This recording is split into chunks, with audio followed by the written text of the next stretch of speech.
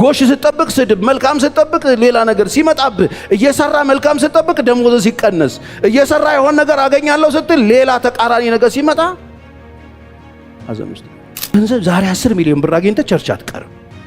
ጌታን ለማምለክ ቅልል ብሎ ነው የምትመጣው። አየህ የሆነ ገንዘብ ስታገኝ ሐሳብ አልተውጥም። ቸርች ይሻለኛል ክለብ አትልም። አስተሳሰብህ ሳይጠራ ብር ከምታገኝ ያለ ግንዛቤ ገንዘብ አይምጣል። ከውድድር ውስጥ ውጡ። ውድድር ሐዘንተኛ ያረጋችኋል። ይሄኛውን ቀድሜ ስደርስ ያኛው ቀድሞኛል፣ ያኛውን እንደምንም ብዬ በባሌም በወሌ ቀድሜው ስደርስ ያኛው ቀድሞኛል። ሐዘንተኛ ነው የምትሆኑት። ከሐዘን መውጣት ከፈለጋችሁ ሕይወታችሁን ከውድድር አውጡት። ሐዘናችን ከየት ይመጣል? እንዳሰብነው ፍሬያማ መሆን ሲያቅት ነግቼ ተለውጬ አንብለክ በዚያ ያቆት ካክስተ በጣም ገንዘብ ወስደ ኑሮ ከፍተ ከዛ ፍሩት ፍሎናል ውስጥ ቁልቁል እየወረድክ ኪሳራ ውስጥ ብድር በብድር ትሆናለህ። ፍሬያማ መሆን ያቅታል። ከዛ አግብቼ ልጆቼ ምናምን ትልና እንዲያሰብከው አይሆንም።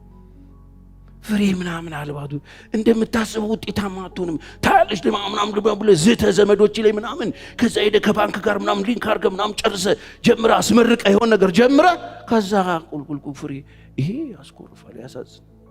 እንዳሰብነው ስለማይሄድ ሐዘን ይመጣል። ፍሬ አልባ እንዳገልጋይ ትነሱና የሆነ ነገር አስባችሁ እናንተ እሳድገዋለሁ ለውጠዋለሁ ምናምን ብላችሁ ትነሱን። ይሄ ለአገልጋዮች በጣም ይጠቅማል። እግዚአብሔር ቤት የምታገለግሉ ከሆነ ወደፊትም አሁን እዚህም ሌላም ቦታ ሆናችሁ የምትሰሙኝ የእግዚአብሔርን ሥራ ማሳደግ አትችሉ። አሳዳጊ እሱ ብቻ ነው። አንዳንድ ጊዜ እኔ ቢጤ አገልጋይ ስትሆን ፍሬ ምናምን ትመዝናለህ፣ ታውቃለህ፣ ውጤታማ ምናምን ዲያርጌ እኔ አላምጥቻ አጥምቂያስ አሰማርቼ በተብተብ ስትል እግዚአብሔር ቆሞ ያያል። ከዛ ያሰብከው አይሆንም። ጭራሽ የወለድካቸው ከስር ይሞቱብሃል። የወለድካቸው ከስር እየሄዱ ጫት ቤት ሲገቡ፣ የወለድካቸው ነገሮች ሲጠፉ፣ የምታስበው ነገር ማይሆን ሲሆን ታዝናለህ። እግዚአብሔር ግን ልብ ሳታውቀው ሐዘን ውስጥ ትገባለህ። ፍሬ አልባ መሆን ያሳዝናል። ፍሬ አልባ ሆናችሁ ያዘናችሁ ሰዎች አላችሁ። አግብቼ ከዛ ውልድ አድርጌ ተወለው ውልድ አድርጌ ሰው አግብተህ 1 ዓመት አትወልድም 5 አትወልድም 7 አትወልድም 10 አትወልድም። ከዛ ታዝናለህ። እንዳሰብኩት አልሆነ። ከዛ ሐዘንተኛ ነህ። ማንም ያጽናናው ነገር ሰው አትሆንም። ዝግት ያልክ በሐዘን ብቻህን የምታለቅስ ትካዜ ያለብህ ሰው ትሆናለህ። ከዛ ቆይ ሰርቼ ታያላችሁ ምናምን ብለህ እንደነ ጴጥሮስ ደግሞ ሄደ ሙያን ትምህርትን ተጠቅመህ ጥለህ ለፍተህ ባዶ ትሆንና መረብህን ቁጭ ብለህ እያጠብክ ትካዜ ውስጥ ትገባለህ። እግዚአብሔር ግን እንዴት ከኔ ጋር አይደለም ማለት ነው። ሐዘናችን ከየት ይመጣል? ፍሬ አልባ ከመሆን ይመጣል። እንዲሁ ልትነግረን ያለው በቃ ሐዘኑ ከየት እንደሚመጣ ነገር ሐዘኑ አለ ከራሱ ከእግዚአብሔር ዳልኩ የምትወደውን ይወስድብህና የማይገባህን ነገር ያደርግብህና ተስፋ ያደረገውን ነገር ይወስድና ከአጠገብ ዞር ያደርግብህና ልብህን በቃ የጣልክበትን ክሽ ያደርግብህና ከዛ በጣም ሐዘንተኛ ነው። ይህ ሰውዬ እኮ ሳቂታ ነበረ ትባላለህ። ሐዘንተኛ ነው። እግዚአብሔር ቤት ውስጥ ሐዘንተኛ ሆነው የሚመላለሱ ብዙ ሰዎች፣ መዝሙር የማያጽናናቸው፣ ስብከት የማያጽናናቸው፣ ፍሬ አልባ የሆኑ ብዙ ሰዎች አሉ። ምን ዋጋ አለው? እሱ ማያደርግ ለማንም ለኔ ግን የሚሉ ሰዎች ይፈጠራል። ሐዘናችን ከየት ይመጣል? ሐዘናችን ስሜታችን ድርቅርቅ ይላል። የነበረን ያ መነቃቃት ያ መነሳሳት ምናምን ከውስጣችን ጠፍት ይበልና ለምንድን ነው እሱ የሚመጣው? እሱ የሚመጣብን ነው ስሜታችንን የሚያደርቀው ነገር አው እንዳሰብነው ሳይሆን ሲቀር እኛ ሰርተን ሰዎች ጎሽ ስንጠብቅ ስድብ ሲሰጡን፣ የሰራነው ነገር ጎሽ አፕሪሺዬሽን ስንጠብቅ ሰዎች ዲስካሬጅ ሲያደርጉን፣ ከዛ ስብርብር ትላለህ። ጎሽ ስንጠብቅ ስድብ፣ መልካም ስንጠብቅ ሌላ ነገር ሲመጣብህ፣ እየሰራ መልካም ስንጠብቅ ደሞዝ ሲቀነስ፣ እየሰራ የሆነ ነገር አገኛለሁ ስትል ሌላ ተቃራኒ ነገር ሲመጣ ሐዘን ውስጥ ስብራት ይመጣል። ህይወት ውስጥ ከባድ ነው። ስለዚህ እርስ በርስ መበረታታት ጥሩ ነው። እኔ ለምን ብዬ ምስጋና ለሌለው ነገር የሚሉ ሰዎች አላገኙት። በየመስሪያ ቤቱ ስብርብር፣ ደህና ትጉ ሰዎች፣ ታታሪ ሰዎች፣ መልካም ሰዎች እድገት ሲጠብቁ ውርደት፣ ከፍታ ሲመጡ ዝቅታ፣ ምስጋና ሲጠብቁ ወቀሳ ሲደርስባቸው ኃይለኛ ዘመን። ከዛ የነበራቸው መነሳሳት የነበራቸው ለሥራ ቁርጠኝነት ምናምን እየጠፋ ይመጣል። ምስጋና ቢስ የሆኑ ሰዎች ሐዘንተኛ ይሆናሉ። ምስጋና ተነስታችሁ ሐዘን የመታችሁ ሰዎች አላችሁ።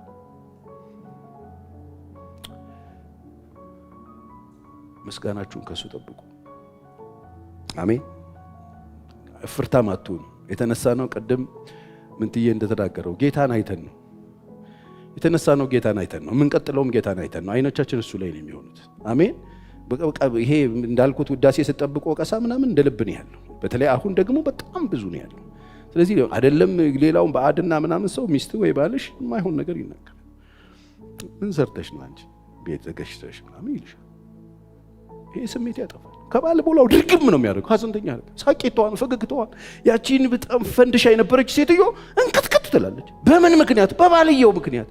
ምስጋና ስትጠብቅ ልጆችን ወደዛ ወደ ስትል የምትለፋውን ልፋት፣ የምትደክመውን ድካም፣ የምትወጣውን የምትወርደውን፣ በሌሊት መነሳቷን፣ ምሳቃ መቋጠሯን፣ መሮጧን፣ መሄዷን በዜሮ አጣፍቶት ምን ሰራው ልትይ ነው አንቺ አሁን እዚህ ቤት ስትጣባሉ? ማት ሚስቶች ተሰብረው በየቤቱ ቁጭ ብለዋል። ሐዘንተኛ ሆነው መማር የሚችሉበትን ጊዜ የነሱን ልጆች አሳድገው መስራት የሚችሉበትን ጊዜ እዛው ቤት ውስጥ ቁጭ ብለው ቤቱ እንዳይጓደል ከሰራተኛ ከሚታጠበው ዋጋ ሲከፍሉ ውለው በዜሮ ሲጣፉ ስሜታቸው ስብር ይላል፣ ይደርቃል። ከዛ ስሜት አልባ ይሆናሉ። ለመኖር ጉጉት የሌላቸው ሰዎች ይሆናሉ። ምንም ወርቅ ብታነጥፍ ከዛ በኋላ ትርጉም አልባ ቤት ሰርተው ሐዘን ከየት ይመጣል? ሐዘን ከመሬት እየተነሱ ሰዎች ሁኔታን ሳይረዱ ከወቀሳ ሰዎችን ከመውቀስ ሰዎችን በአጠገባቸው ሐዘንተኛ ሰዎች ካሉ ኢንኬዝ የበሽታው ሰለባ ያረጋችኋቸው እናንተ ከሆናችሁ ከዚህ ቀን ጀምሮ የሕክምናውን ባለቤቶቹ እኔ ያለበላችሁን አላክም። አሁን ከረንትል ያለው ችግር የብዙ ሰዎች ሐዘንተኛ ይሄም ሰውዬ ያዝናል እንደ የምትሉት ሰውዬ ቀረብ ብላችሁ ሀግ ሰጣችሁ ነካ ነካ ስትሉት ሲያስቀምጡ ሲብልብሉ እኔ ምን ስሜት የለኝም ቤቴ ውስጥ ምን ሰዎች ለምን ፊቱን ሳየው የሚናገረው ንግግር እዚያ አንጀቴ ውስጥ ትችት፣ ነቀፋ፣ የሰዎችን ስራ በዜሮ ማጣፋት፣ ምስጋና ቢስነት ሰዎችን ሐዘንተኛ ያደርጋል። ሐዘንተኛም የሆናችሁ በዚህ ምክንያት ሐዘንተኛ የሆናችሁም ሰዎች ለነዚህ ሰዎች ሪሞታችሁን አትስጡ። መጽሐፍ ቅዱስ ትካዜህን በእግዚአብሔር ላይ ምን አድርግ ነው ጣል። እሱ አደገኛ ነገር ነው። ሌላው ሐዘን ውስጥ የከተተን ሁላችንን እንደ ሀገር እንደ ሕዝብ ማጣት፣ ገንዘብ ማጣት። እውነት ውሸት? ገንዘብ የማይፈልግ ሰው እስቲ እጆቹን ያሳየኝ። ገንዘብ የሚፈልግስ ካስፈለገ የኛውን እና እንዳሰብነው የምናስበውን ነገር ባለማግኘታችን ለምናስበው ፕሮጀክት፣ ለምናስበው ፕሮግራም፣ ለምናስበው ጉዳይ የምንፈልገውን ነገር ለማድረግ ገንዘብ ማጣታችን ያሳዝናል። በተለይ በልጅነታችሁ እየተማራችሁ የነበራችሁ ሰዎች ምናምን እኔ ሳድግ መንዳት የምፈልገው መኪና ሌክሰስ ነው ምናምን የምትሉ ሰዎች አሉ። በጣም አሁን ባጃጅ ውስጥ ራሳችሁ ስታገኙ ስሜቱ ከባድ ነው። እንትኑ ብሸራው እንዲጣጣጣ እያደረገ ኮብልስቶኑ ስትሄድ ስሜቱ ከባድ ነው። በጣም ቀላል ይመስል ነበር ስንጀምር ምናምን የሆነ ስንወጣ ምናምን በዲያው ተከራረን ችግር የለም ተቀጠቅ አድርጌ እኔ መኖርን ፈልገው ደግሞ በጣም ክፎች ናቸው ነጮቹ። አስቀድመው በጡብን ፊልማቸውን ገለበጡብንና እኛ 3 ሰዓት ቁጭ ብለን የነሱን ፊልም እያየን ሆዳችን ውስጥ እንደ አሜባ ገባ፣ በሽታው እንደ ቀልድ ገባ። ከዛ የነሱን ፊልም እያየን ቁጭ እንላለን። ከዛ ደግሞ አገዳ ሸንኮራ ይዘን ካልጨረስነው 6 ጓንጓ አንነሳም። ጊዜያችንን በአንድ ጉዳይ ላይ እነሱ ቴስት ነው የሚያደርጉት፣ ሸንኮራ ነው ብለው ነው የሚሄዱት። እኛ ግን አንለቀው። ፊልሙን ጠግ ድረስ እሺ እስከሚለው ድረስ እናይላቸዋለን። እኛን ቁጭ አድርገው እነሱ ሰሩ፣ ሄዱ፣ ተመነደጉ። አሁን ከነሱ ጋር ደግሞ ጭራሽ እነሱ የኖሩትን ኑሮ ለመኖር ስናስብ የለም ጊዜው ተበልተናል። ትምህርት ቤት መሄዳችን ያልሄድንም፣ ፊልም ቤት ነው በቀን 3 ፊልም እንገባ ነበረ። እኛ በጣም ዘና ያልን ሰዎች ነን። ትምሮ ላይ ቻው ብለናል አይደል? አሁን ገና እስቲና ብለን ቴሌቪዥን የምናስከፍተው ብዙ ወላጆች በልጆቻችን ነው። እውነት ውሸት? እና እስቲ ቆለፈ የሞባይል የምትዩ ከኋላችን መጥተው በእንግሊዘኛ ሲንጣጡብን ምንድን ነው የሚያወሩት? ምናምን የሆነ ነገር ሊያረጉን እስኪመስለን ድረስ የሚነስረን ብዙ ሰዎች ነን። በቃ ተዘለልን። ከዛስ አሁን በስራ የሚገኘውን ውጤት ስንፈልግ ምን እንስራ? አብዛኞቻችን መስራት የምንችለው የጉልበት ስራ ነው። የጉልበት ሥራ መስራት ደግሞ ክፍያው የታወቀ ነው አይደል? ገንዘብ ፈልገን የለም። አይ እንደምንም ብዬ ተባጥሽ ውጭ ሀገር ሄድጄ ትተም ያለው ሰውዬ የእናቱን ቤት አሽጦ ሄዶ የመሰለው ዱሮ ልክ ከአውሮፕላን ሲው ዶላር ዶላር ዶላር ዶላር ዶላር እያለ ለቅሞ እንደዚህ ይዞ ይመጣ ነበር የመሰለው። የለም እዛ ዶላር መሬት ላይ ብዙ ሰላም የሚለውም ሰው የለም።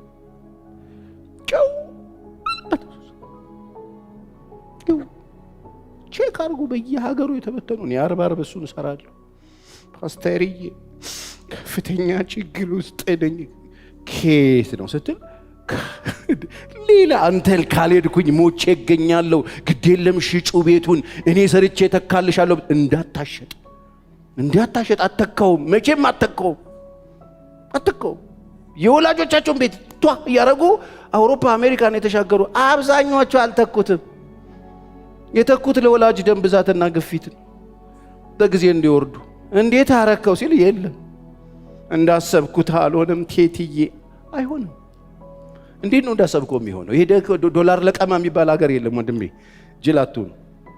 አሁን እንደ ህዝብ ግን እናንተ በግል ደግሞ ገንዘብ እጥረትና ችግር ሲገጥማችሁ በጣም መላው ምን እንደሆነ ታውቃላችሁ? ጌታ ጋር መጣችሁ ቁጭ ብላችሁ ጌታዬ ቸግሮኛል ይሄን ጉዳይ ምን ላድርገው ስትሉት ጌታ የምትፈልጉት ጉዳይ በጣም ኢምፖርታንት ከሆነ ያደርግላችኋል። አሁን እናንተ ከፈለጋችሁት ነገር በላይ ጌታ እየፈለገ ያለው እናንተን ነው። አልገባችሁ? አንዳንድ ሰው በእጥረት ነው የሚገኘው። አይገርማችሁ? ሲያጣ ነው እግዚአብሔር የሚያገኘው። ዝም ብላችሁ 10 ዓመት ወደ ኋላ ሄዳችሁ ያሰባችሁት ነገር ተሳክቶ ተሟልቶ ተሰካክቶ እንዳሰባችሁት እንደ ፐዝል ግጥምጥም ብሎ ቢሆን ምን ታረጋላችሁ? እዚህ አትመጡም እኮ ብዙዎቻችሁ። እግዚአብሔር መለኛ ስለሆነ ያሳጣንና እዝን እንልና የባዶዬ ነው እስከመቼ አንድ ነገር ብለን እንመጣለን። መጣ ልጅ ያው ብሎ የመጣንበትን ጉዳይ የገንዘቡን እጥረት ሳይሆን የኛን የሐሳብ እጥረት ያስተካክልልንና ያልተሟላ ቅኝታችንን ይቃኘውና ሁኔታውን ሳይሆን እኛን ለውጦን እግዚአብሔር ከዚህ ይሸኘናል። ችግሩ አለ፣ እኛ ግን እዛ ችግር ውስጥ የለን። ክብር ለእግዚአብሔር ይሁን። እግዚአብሔር አሰራሩ ዞር ወራል ለሳኦል እንዳደረገለት ማለት ነው። ሳኦልን ከሰፈር ያወጣው የአህያ ጥያቄ ነው። የአህያ ጥያቄ ጠይቆ ሲመጣ በል ተገናኘን፣ እስስቱን ግጥም ማድረግ ያዘውና አህዮቹ ተገኝተዋል። እሺ አሁን ልብህን እዛ ጣል፣ የምትፈልገው ራስህ ነህ። አሁን አንዳንዶቻችሁን እግዚአብሔር እጥረት ገጥሟችሁ መጣችኋል። እግዚአብሔር የፈለገው እናንተን ምን ልታረገው ነው? ገንዘቡን ይሉ ይዛል። ነጥቀ ልትሮጥ ነው? ሉፍን ያደርጋል። ለምን ሲባል እግዚአብሔር ለሰው ገንዘብ የሚሰጠው የገንዘብ ኩሊ እንዲሆን አይደለም። ገንዘብ ሲሰጥህ ገንዘብ የሚሰጠው ለመርዳት ለማካፈል የእግዚአብሔርን ስራ ለመስራት እንጂ ገንዘብ ኩሊ እንድትሆን አይደለም ብሎ አስተምሮ አሰልጥኖ ገንዘብ ዛሬ 10 ሚሊዮን ብር አግኝተህ ቸርች አትቀርም። ጌታን ለማምለክ ቅልል ብሎ ነው የምትመጣው። አየህ የሆነ ገንዘብ ስታገኝ ሐሳብ አልተውጥም። ቸርች ይሻለኛል ክለብ አትልም። አስተሳሰብህ ሳይጠራ ብር ከምታገኝ ያለ ግንዛቤ ገንዘብ አይምጣል። እስቲ አሜን በለኝ። መጀመሪያ እግዚአብሔር እናንተን ያገኛችሁ። ሐዘን ምን ፈጠረብን? ማጣት ነው። ምንድነው ያሳዘነ? ምንድነው ያበሸቀ? ምንድነው የከፋ? ማጣት። ጠንቋይ ዛሬ ደግሞ ኮትና ሱሪ ለብሶ ነው ጠንቋዩ ያለው። ለዚህ ነው እኮ ሰው በቡክ ይዞ ምናምን ቸርች የመጣው። የድሮ ማለት እኮ ድሮ ተደብቆ የሚሄደው ኮስተር ብሎ ቡክን ይዞ ወረፋ ይዞ ይገባል ቸርች። ድሮ እዛ ጎጆ ቤት እኮ የሚሄደው እኮ ተቀይሮ ማለት። ማጣት ያዋርዳል። ማጣት ያሳዝናል። ስለዚህ አጣን ብለን ይህንን ክቡር ሰውነታችንን አንጥለው። እስቲ አሜን በሉ። ከሌለን ነገር በላይ ያለን ይበልጣል። የሰማኝ ሰው በደንብ አሜን ይበለኝ። ያለ የዓለም ገንዘብ ሁሉ ተገዝቶ ያንተን አንዲት በሰውነት ውስጥ ያለች ነገር መግዛት አይችልም። የዓለም ሁሉ መጽሐፍ ሰው ዓለምን ሁሉ ቢያተርፍ ይላል፣ እኛ ጋር ያለ ነፍስ መገዛት አይችልም። ስለዚህ አሁን የሌለንን ቁጭ ብለን ያላዘንን ጎደለ ምናምን እያለን ከምናለቅስ ያለንን መቁጠር እንጀምር። እስቲ እግሮቻችሁ ስንት ነው የሚያወጡት? ይሄ የማይጮህ ስታጣጠፉት ጸጥ ብሎ የሚተጣጠፍ እግር ስንት ነው? ስንት ነው? እሺ ተውት። ከዛ ቀና በልና ጂኒው ይሄ የማይጮህ ዝም ብሎ እንዲቋቋም ማይል ስንት ነው? እቺ ጣት ስንት ናት? እቺ ጆሮ ስንት ናት? እቺ ቅጠሏ፣ ይሄ አፍንጫ ስንት? ይሄ መስማት፣ ይሄ ማየት፣ ይሄ መናገር፣ ይሄ ጥርስ ስንት ነው? ስራው ሄድና ጥርስ ቤት ሄደ ማት ሺህ ብር ነው ቋፍ ውስጥ ያስቀ። ምላስ ስንት ነው? ምላስ ምንም የማይጠቅም ነው ለሚመስላችሁ፣ ምንም ዋጋ የማያወጣ ነው ይመስላችሁ አይደል? በገንዘብ ቢታመን ምንም አይነት ገንዘብ ሊገዛው የማይችለው ሀብት ተሸክማችኋል። የሰማኝ ሰው አሜን ይበለኝ። በቃ አይደላችሁም። በክርስቶስ ኢየሱስ ደግሞ የዘላለም ሕይወት ወራሽ ሆናችኋል። ያላችሁ በጣም ያላችሁ ይብቃችሁ ሲባል ያላችሁ ነገር በጣም ብዙ ስለሆነ ነው። ያላችሁ ነገር ትልቅ ስለሆነ ነው። እስቲ ያለኝ በጣም ብዙ ነው በሉኝ። ያለኝ ትልቅ ነው በሉኝ እስቲ።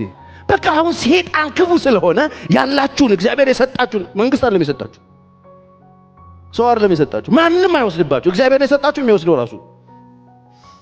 ሌላው ሐዘንን ትካዜን ወደ ህይወታችን የሚያመጣው ከዚህ በፊት የጋብቻ ትምህርት ላይ ያስቸዋለሁ። ውድድር የራሳችን ህይወታችሁ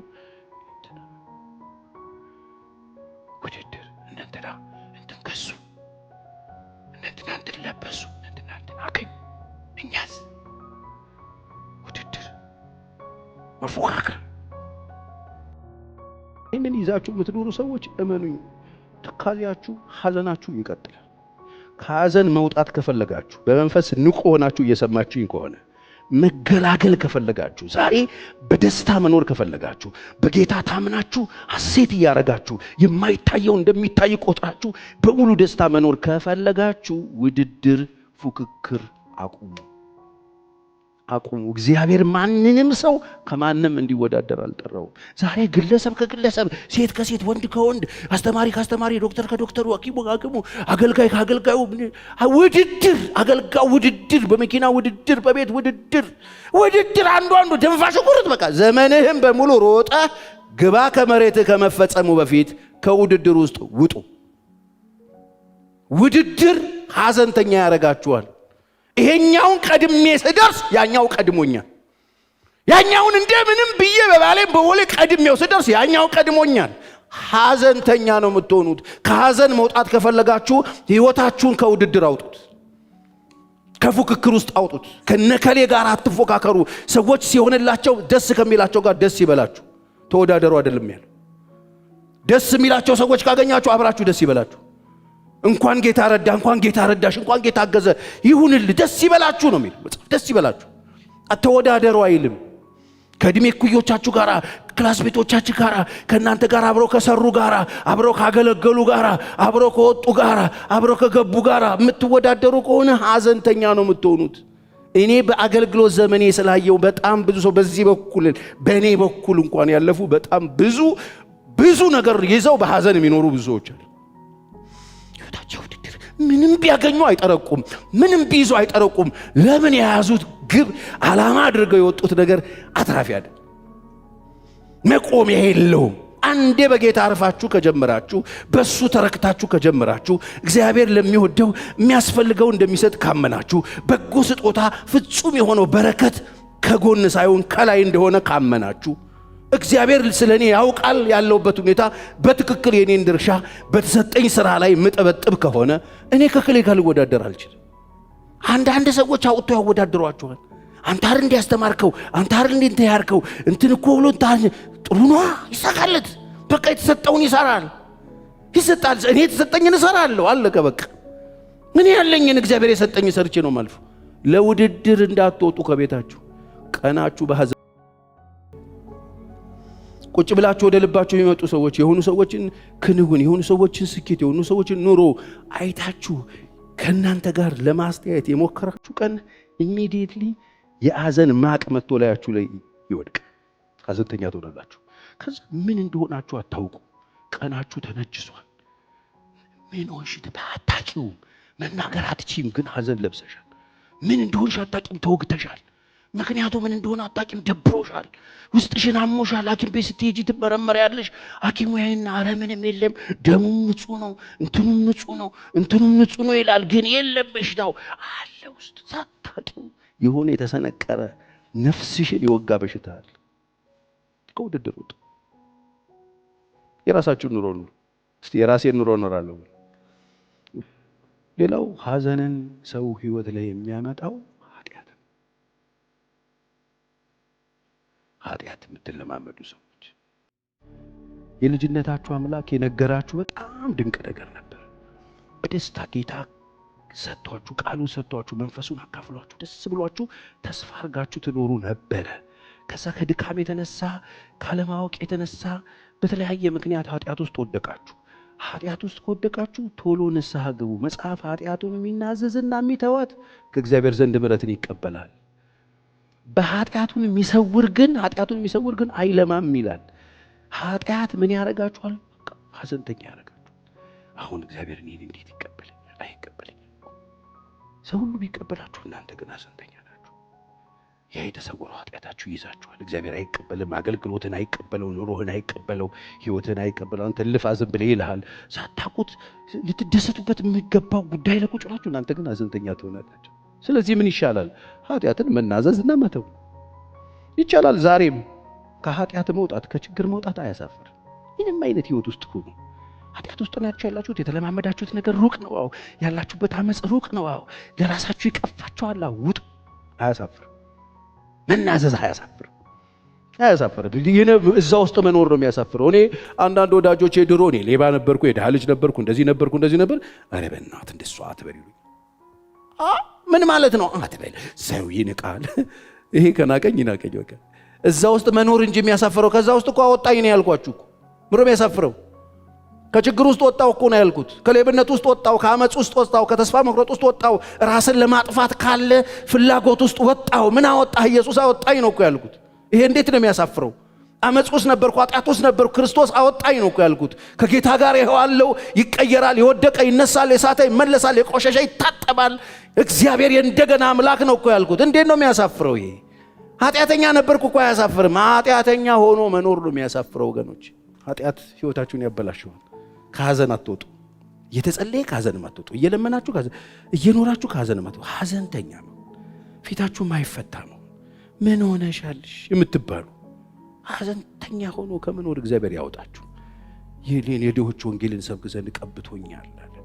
ለታሰሩ መፈታት አይደለም፣ በአመድ ፈንታ አክሊል ያደርግላችሁ። በሐዘን መንፈስ ፈንታ የደስታ ኢየሱስ እኮ ይዞላችሁ የመጣው ሐዘን መንፈስ እኮ ነው። ሐዘን እኮ ስፒሪት እኮ ኃይለኛ ሐዘን ዝም ብሎ የጸጋ ስጦታ መንፈስ ነው። በሐዘን መንፈስ ፈንታ ነው ያለው።